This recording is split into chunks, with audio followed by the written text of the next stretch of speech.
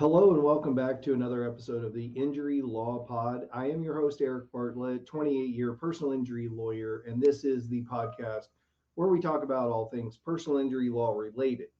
Today, we are actually focusing in on the upcoming National Nurses Week. We do this every year. Our clients that are injured, whether that be in car accidents or work injuries or something else, regularly need treatment and regularly encounter the services of nurses when they're getting cared for from the injuries that they have sustained. And so we are very appreciative of nurses and all that they do.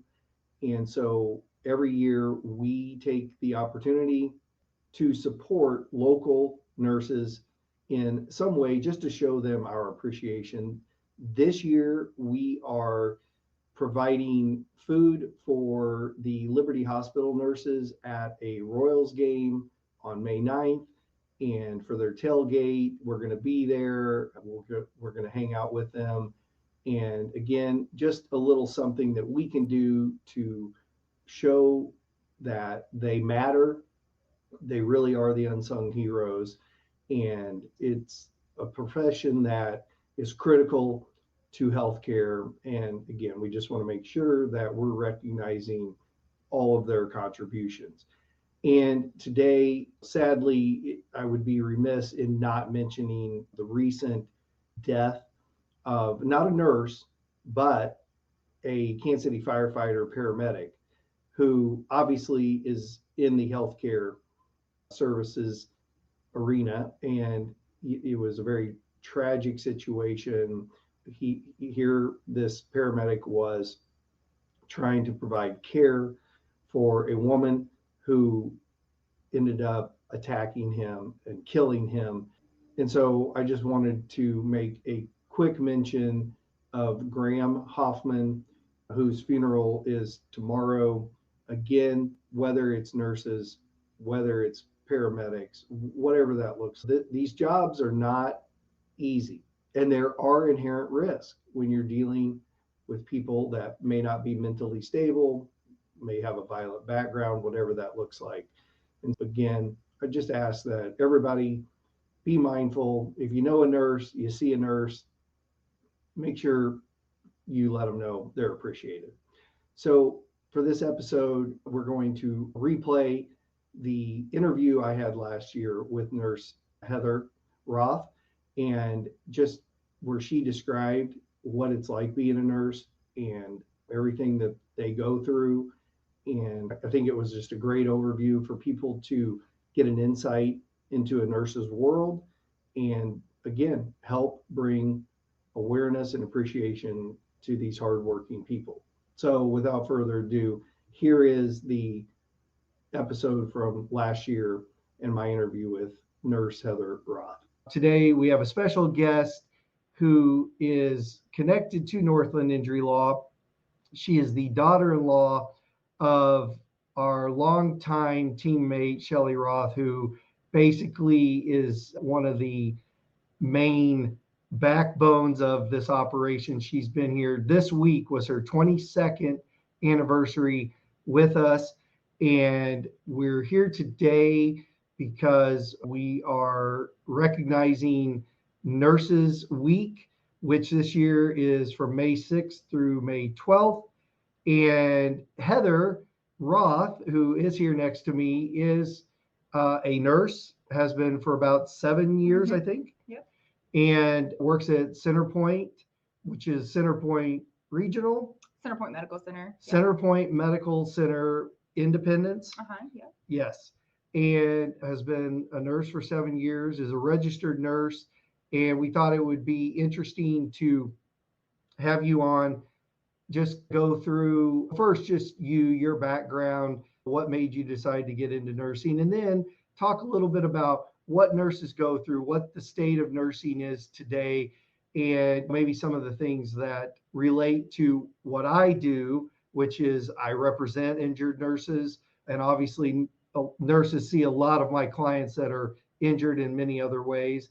And so we'll just take it from here. And again, welcome. Thank you. And why don't you just tell everybody a little bit about your background? Yeah, I wanted to always be a nurse since I was a little kid. I just have a deep compassion for caring for people. There was no like specific instance in my life that made me want to become a nurse. It's just a passion and a calling of mine. I actually started out at State Street where my husband works, saving up my money to go to nursing school because it's very expensive. So I ended up going and graduating in 2017 with my RN.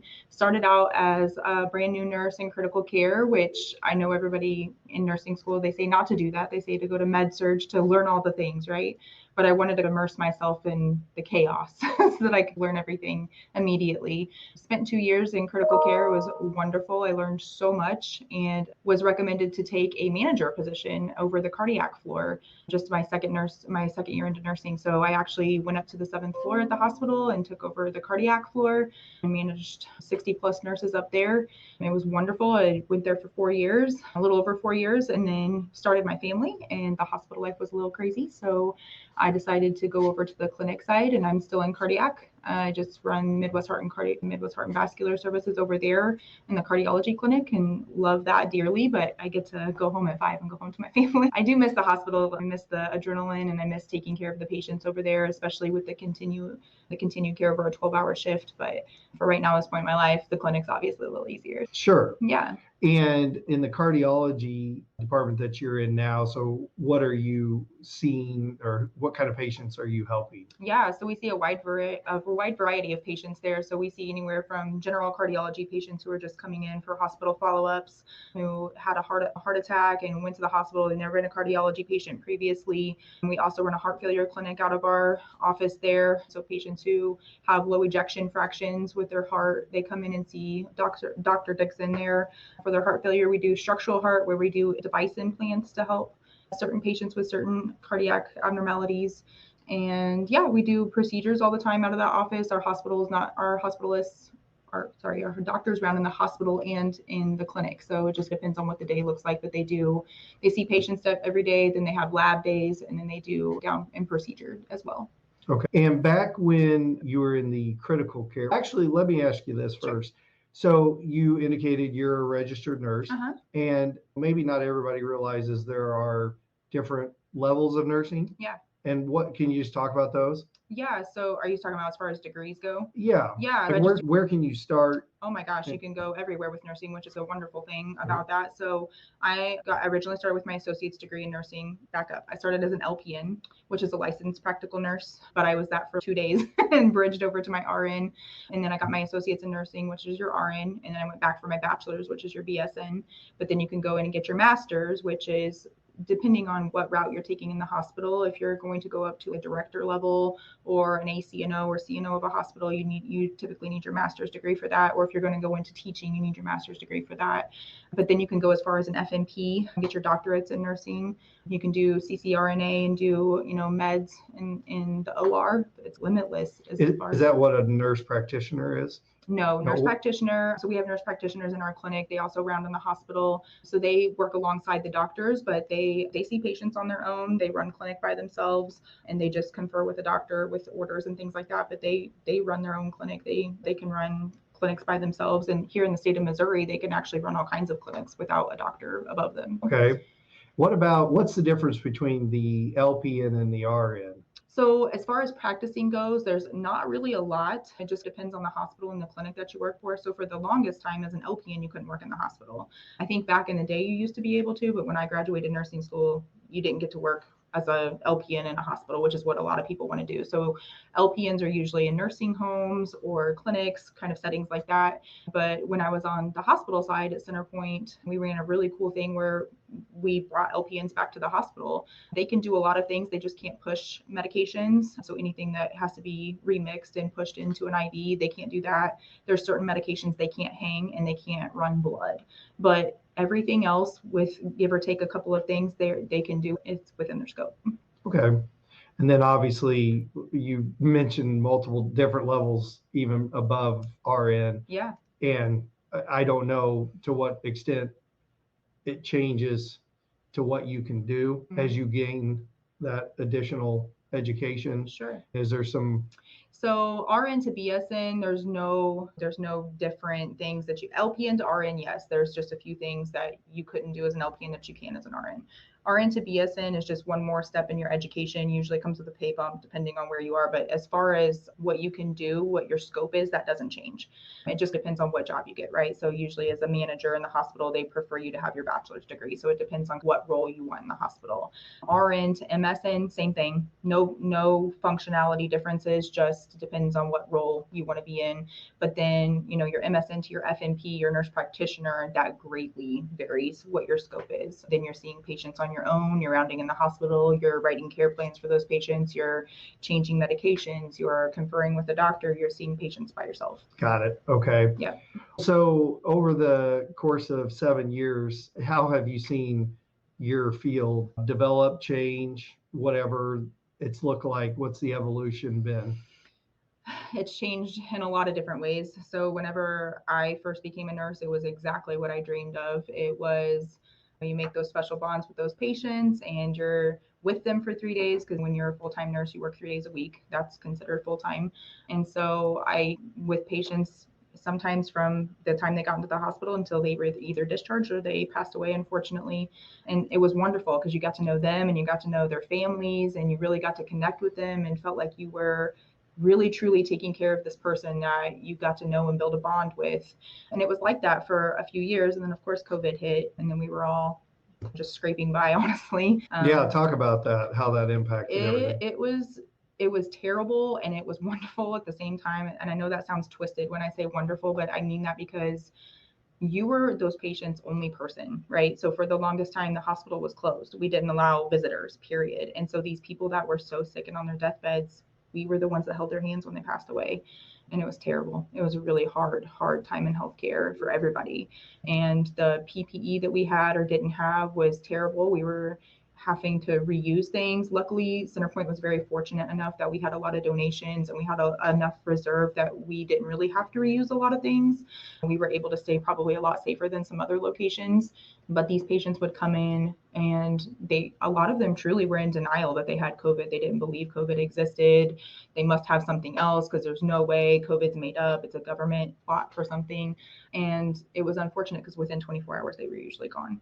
And the body count was just insane. And some people, when you saw them when you came in the door, you knew that they probably had a day, maybe two, if that. And so coming to work was hard. And we all picked up extra shifts because we all got COVID too. And so when you got COVID, you were home for 2 or 3 weeks, and that made the nursing shortage even harder than what it was. And it was crazy because at the beginning of the COVID, we had no patients. It was really eerie. The hospital was empty because everything was shut down and everybody was staying home. And then a year after it hit and everybody was getting sick and people were out and about, then it was just, we were overloaded and we were admitting patients in the hall and we had patients in chairs, and that's where they stayed for their hospital duration. And our ER was overflowing and we were putting up tents and setting up places other places to take care of patients because our hospital just couldn't hold it anymore. And we were trying to find backup plans. Okay, can we house patients in our lobby? Can we house patients in the cafeteria? Because the cafeteria was closed. And just trying to find a place to take care of these people was challenging.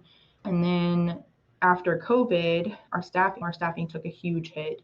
People quit, people retired. This isn't obviously what a lot of people signed up for. You never think you're going to go through a pandemic. You read about it in school and you hear about all the horrible things that happened way back in the day, but you never think that it's going to happen to you. And so people quit their jobs. And my nurses who were 50 plus, they were like, I'm retiring. This is it. I'm done with nursing. This is not I'm not bringing this home to my family. It's not worth risking my life. And they quit. And they quit like somewhere during the pandemic, just because of all those concerns. And I had nurses quit at the beginning of the pandemic. When things were starting to rev up, they were just like, no, I'm done with this. I'm not going to risk my life, risk my family's life. And no judgment. I don't blame them. It wasn't easy, and to each their own decision for sure. But then with a staffing shortage, we just never really bounced back after COVID. And I'm sure I speak for every hospital, but agency and all the things, it's just everywhere always pays more. You know what I mean? There for a while, it seemed like people were chasing the money. It's who's going to pay me the most to go where. And so we were having trouble getting even our backup resources into the hospital. And nowadays it just seems, and I know this because I work very closely with the HR department. We offer huge bonuses for new grads to start at the hospital. And I hope I'm not quoting this wrong, but I think it's like a $30,000 sign-on bonus, and not one person has taken it. And the graduation rates are terribly low now for nursing school. And when I talk to a lot of my nursing friends, half of them aren't nurses anymore. They've gone into other fields. A lot of my friends who wanted to be nurses aren't going to nursing school. They don't have any want to do that anymore. And I think it's just because the ratios have changed. So we've gotten comfortable, so to speak, because we've taken care of so many patients for so long. And when I say ratios, like when I was in critical care, our ratio was 3 patients to 1 nurse. And we took full total patient care of those 3 patients. And then when I moved to the cardiac unit, it was like a 5 to 1. So 5 patients to 1 nurse. And then during COVID and right after COVID, it was 6. And now we're talking about going to 7. And when you're talking about taking care of critically ill patients who need you 12 hours, sometimes more than that, and it never stops, and they need blood and they need fluids and they need all these medicines that are timed, and you have to document and chart, because if you didn't chart, it didn't happen. And you've got doctors spitting orders at you, and they have to go down for testing, and when they come back up for testing, they're 4 hours behind on their meds, and you've got to play catch up, and now you're getting another admin, the ER is overflowing. Taking care of 6 patients is terrible. Like, it's really hard, and it's an injustice to we're not doing our patients any service by, I don't even know their name at the end of the day. And that was the hard part. And I really struggled with parting with the hospital because I wanted to see it change, but it wasn't like it was when I first got into nursing, where I had a true passion. At the end of the day, I felt good about what I did. Like when I went home, I was like, I knew my patient's name. I knew their husband, their daughters, their kids, what their dog's name was. And I felt really good about the care that I provided. And towards the end of my hospital career for now, I couldn't even tell you who the patients were that I saw that day. And I was in the room several times, but I was so busy and my mind was going 50 different ways that I couldn't even remember their name. And I think a lot of nurses feel like that, and they hate that, because the nurses who are truly in it for the right reason want to know their patient, and they want to know their family, because they want to show that they truly care. And with the staffing ratios now, it's just impossible. And you think that's probably industry wide? Oh, yeah, I think so. I've got friends spread throughout the hospital systems, and it's a little bit better at some places, but everywhere is pretty much suffering the same kind of way. And do you have any thoughts on why it is that people aren't going into nursing like they once were? I think it's truly because of the workload. Because before, it's not that it was easy, but it was manageable, and you felt like you could really take care of your patients. And now with the ratios being as high as they are, and the pay not compensating with that, so they're asking you to work more and work harder, but the pay doesn't match that. And to be away from your family, compensation is let's be honest, it's what you need. So if you're asking me to step away from my family for 14 or 15 hours a day, you want to make sure that you are paying people accordingly. And I'm not saying that the pay, everybody wishes they make more money, I think, on the hospital side, just because you're taking care of people's lives. But I think that's part of the reason, is that the ratios are getting higher and the expectations are getting more, and the pay is not getting any higher. So it's interesting. Yeah. And it's not just pay driven by any means. Like, right. People still go into nursing, and it's not just about the pay.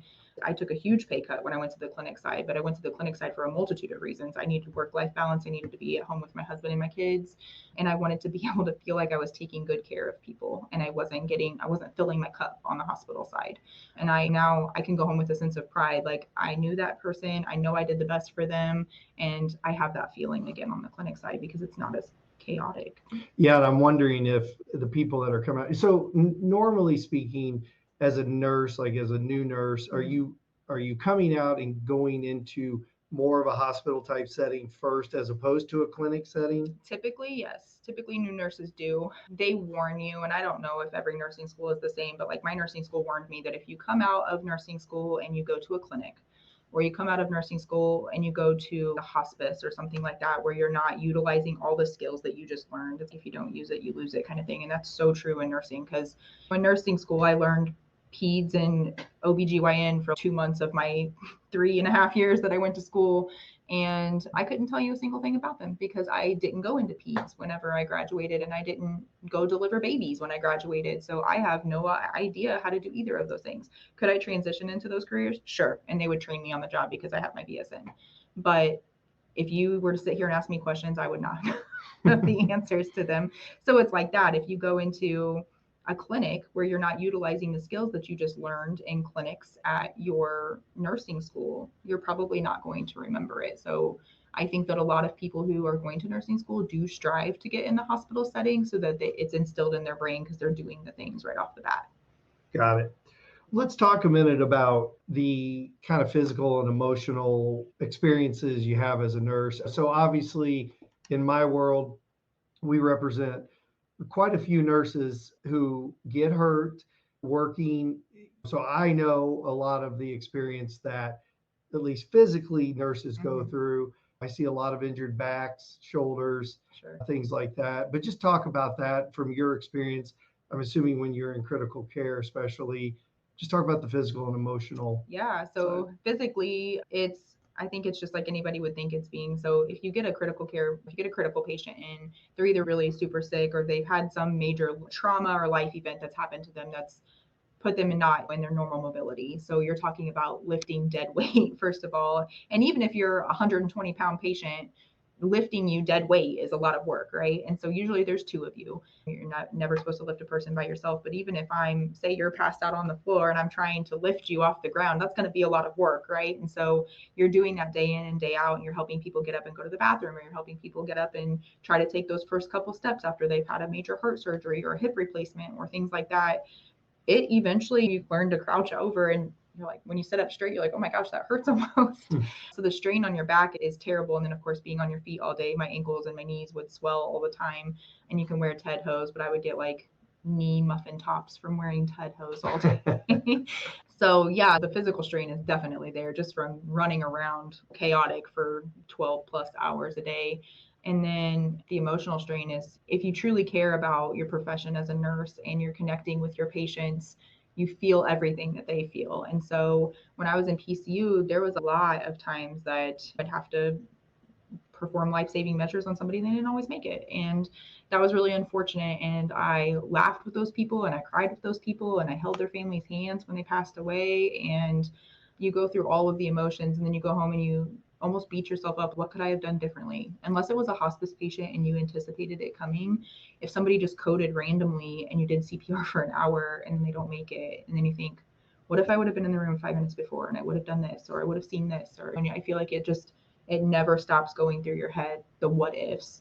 And I still to this day, when I was going to nursing school, I was a patient care tech and I was working at a different hospital and I was studying to go to nursing school and I was taking care of a patient, worked on a women's unit, and these patients were mastectomies, hysterectomies, things like that, pretty common things. And I was taking care of a patient and her whole family had been there that day and she was getting ready to discharge. And she's like, you know what, I'm gonna take a shower real quick because I don't want to take home hospital on me. And I was like, totally get that. Walking, talking, visited her whole family that day. I stepped outside of her room, put her in the shower, stepped outside of her room to chart something. And I said, I'm going to come back and check on you in 5 minutes just to make sure you don't need anything. And she said, you don't have to check on me. I'm totally fine. And I said, I just want to do it just for me. And I knocked on her door and I asked if she was okay and she didn't answer. And so I walked into her room and I knocked on the bathroom door and she didn't answer. And when I opened the bathroom door, she was on the ground in the shower, non-responsive. And I did CPR in the shower, in the water, on the floor, and couldn't get her back. And we never got her back. And bless that CEO of the hospital at the time, because he's the one who called me at home to tell me that she threw a blood clot. And there was literally nothing I could have done.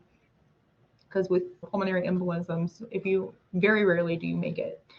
And I still remember that. But I remember that and I remember her and I loved taking care of her. And it was so unfortunate that she passed away, especially from just a common procedure that people have all the time. And you thought she's fine and she's fine. Doing great. And you just never know. And so I think nurses carry that with them all the time. They lose a lot of patients, and especially with COVID. And unfortunately with COVID, when we were getting overran with COVID, we were literally just putting people in body bags and getting them out of the room and on to the next patient. It felt so terrible. It felt terrible just to not be able to spend that time with the patient, and they died without their family. And I think that's like a scar that nurses have to carry with them in their mind emotionally forever, for the rest of their lives.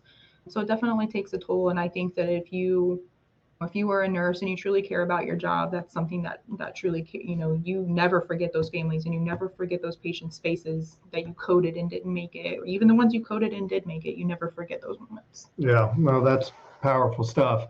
What you mentioned in the PCU, and that's the critical care. What is that? I know ICU. So what's the difference? PCU is a progressive critical care unit, so they're not quite as critical as they would be as if they're in ICU. They're getting better, or their status has changed just enough to where they're a little bit more stable than they were in ICU, and they're usually like intubated in ICU. So we've extubated them, they're awake. We think that maybe they're going to make some improvements, so we transfer them to the PCU. So that was the unit that I was on, and they're still on the line, right? They're still not in the safe zone. So oftentimes I'd transfer them right back to the ICU because they ended up not being as stable as we thought they were, or they code and we get them back and we have to send them back to the ICU to stabilize them a little bit more. Still a stressful unit, just not as critical as ICU. And I assume in that area, a lot of the types of people that I see seriously injured some way, somehow. Obviously, I generally see people that have been injured by somebody else's doing. Obviously, people get injured in many other ways. Sure. But I assume you saw a lot of trauma type situations. Yeah, a lot of traumas. We're a level 2 trauma hospital, so we see gunshot wounds, motor vehicle accidents, all kinds of crazy things. I worked in surgery for a pre-op for a brief moment of time, and the amount of motor vehicle accidents that come in, gunshots literally from just across the street at Independence Center happen all the time, unfortunately. Yeah, you see a lot of scary things that come through there. A lot of people come have major heart attacks and have open heart surgery. We treated a lot of those patients too. Yeah, and I always talk about, it blows my mind how many car accidents there are. But, and what I've said before on this podcast is I am just one personal injury lawyer amongst a lot, just here in Kansas City. And we get calls every day from people that have been in car accidents. And I just can't even imagine at a hospital location, how many of those. And sadly, the other thing you're talking about, which is becoming a more frequent occurrence, I think, or at least certainly it remains high, is gunshots and things like that. Yeah. And we get a lot of, since we are in a highly crime rated area, we get a lot of the police officers and firefighters and things like that. And we're so proud and lucky to serve those people, but it is very devastating to take care of someone who served and then somebody just wasn't smart and made the wrong decision and killed somebody. We see a lot of police officers, unfortunately, too. Yeah, no, that's awesome that you guys are there for them. And listen, Northland Injury Law is a big fan of nurses. So personally, I have been in the hospital twice in my life. One of those was for back pain that went into another level. And then the other one was COVID. And I actually spent 6 days in the hospital for COVID and very fortunately made it through. But I will tell you, my experiences with nurses have always been phenomenal. They are the part of the unsung heroes. They do care. Every nurse I've ever come in contact with truly cares about people. They want to help. They want to support. And we started back in COVID times connecting with healthcare providers. We did something with CenterPoint and your group to show our appreciation. And we've continued that on to this day. And so I want to thank you for being a nurse. Thank you. And doing what you do. And I want to thank all the nurses for what they do. And I want to thank you for coming on here and just giving a little bit of insight. People don't necessarily appreciate everything that really underlies a nurse's life. Yeah. And I think today you've obviously been able to just give a little glimpse into that. Yeah. Is there anything that, I haven't asked or that we didn't talk about? Yeah, I think that if you are ever out there and you see a nurse, just give them grace because you don't know what they've been through. And I know that COVID's over, but a lot of people are pretty traumatized still. And nursing is just still hard. It's a struggle. You're taking care of people and you're saving or unfortunately not saving their lives, and they take that home with them. It's not, you don't get to clock out at the end of the day and go home. It's something that's just, it's always running through your mind. Yeah, I think that. And what would you say to somebody listen, I know people that are going to nursing school. Yeah. What would your advice be, or what would your take be at this point? I think that we desperately need great nurses that still have passion for what they do. And I think that there is a special spot for every nurse out there, whether you want to go to the hospital or not. I don't think any decision is a wrong decision when it comes to being a nurse. There is always some place that needs you. Patients need people everywhere. And so I don't think any decision is a wrong decision, but I hope that everybody that is a nurse or is going to nursing school, I hope everybody's not jaded, because I get it. There's a lot of jaded nurses out there, and they're sick and tired of the ratios, and they're sick and tired of not being compensated the way they feel they should be compensated. And I get that, but there's patients that need us still, and it's not their fault. And I think that I myself have to tell myself that, even especially when I was still on the hospital side, I have patients to take care of, and nothing that is happening is their fault. And I need to go, and I owe it to them to give them the best of me as long as I am there. And I hope that there's other people out there with that mindset that are going into nursing school or getting ready to graduate. That's awesome. And again, I should have said earlier too, again, I have many clients that have all had nursing care. And again, 9.5 times out of 10, they love their nurses. Whether they love their doctors, whether they love other people, it's another question. Sure. But the nursing staff is usually pretty solid reviews. So that's great. Thanks again for coming. Yeah, thanks for having Appreciate me. it. And this week we celebrate you all. Thank you. I appreciate that. Thanks, Heather.